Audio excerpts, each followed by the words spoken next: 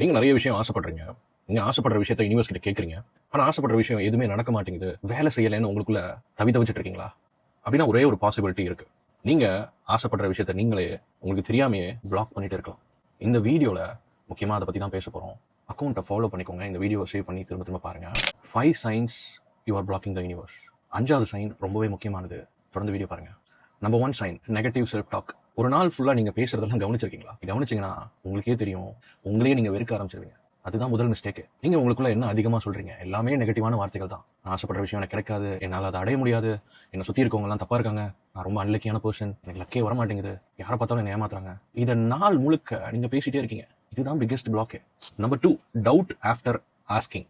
நல்லா கேட்குறீங்க, கேட்டதுக்கு அப்புறமே இமீடியட்டா டவுட் பாப்பப் ஆகுது. அது எங்கேருந்து வருது? ஆல்ரெடி இருக்கு.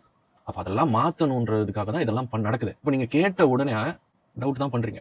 நான் ஆசைப்படுற விஷயம்லாம் இருக்கா இல்லையா, இது நடக்குமா, எவனாவது நடுவில் வந்து பாதிப்பு ஏற்படுத்திடுவானா, இது நடக்கவே நடக்காது போலயே, எனக்கானது இது இல்லையே போலயே. இந்த டவுட் சிக்னல் தான் எல்லாத்தையும் பிளாக் பண்ணுது, கட் பண்ணுது. Number 3 focusing on what you don't want. உங்களுக்கு என்ன தேவையில்லையோ அதை மட்டுமே சிந்திச்சுக்கிட்டே இருக்கீங்க. அப்போ அடுத்த நாள் என்ன வரும்?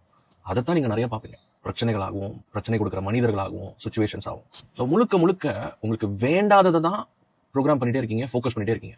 என்கிட்ட இருந்து பணம் போயிடக்கூடாது, என்கிட்ட பணம் குறைவா இருக்கு, இதுவும் மிஸ் ஆயிடுச்சுன்னா அப்புறம் ஒர்க் அவுட் ஆகாது, இந்த மாசத்தை ஓட்ட முடியாது, எப்பவுமே எனக்கு லாஸ் ஆகக்கூடாது, எனக்கு இந்த விஷயம் வேண்டாம், நான் அந்த பொருளை நான் சாப்பிட மாட்டேன், அது எனக்கு உடம்புக்கு ஆகாது.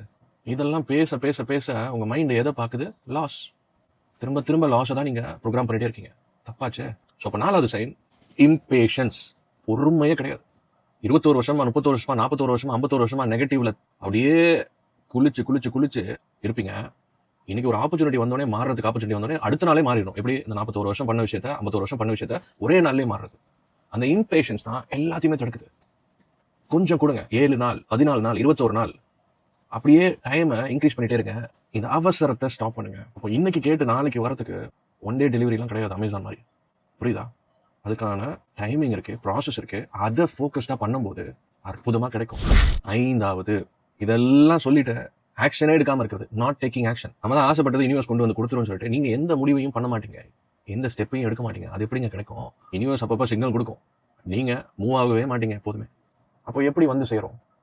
Action is the important part. ஒரு விஷயம் ஐடியா வருதா, அதை இமீடியட்டா எக்ஸிகியூஷன் பண்ணணும். அப்பதான் ஆப்பர்ச்சுனிட்டி வரும். ஸோ அப்போ யூனிவர்ஸ் பிளாக் பண்ணல, நீங்க தான் உங்க வாழ்க்கையை பிளாக் பண்ணிட்டு இருக்கீங்க. ஆனஸ்டா சொல்லுங்க, இந்த 5 சைன்ல நீங்க எதை பண்ணிட்டு இருக்கீங்க? கமெண்ட்ல சொல்லுங்க, நானும் தெரிஞ்சுக்கிறேன். அடுத்த வீடியோ உங்களுக்கான சொல்யூஷனா நான் கொடுக்குறேன். இந்த அக்கௌண்ட்டை ஃபாலோ பண்ணிக்கோங்க. குறிப்பா லா ஆஃப் அட்ராக்ஷன் மற்றும் சப்கான்ஷியஸ் மைண்ட் பத்தின உண்மைகளையும் பிரபஞ்சத்தை பத்தின ஆராய்வுகளை பத்தி தான் நம்ம பேசிட்டு இருக்கோம். Thank you so much for watching. Happy manifesting.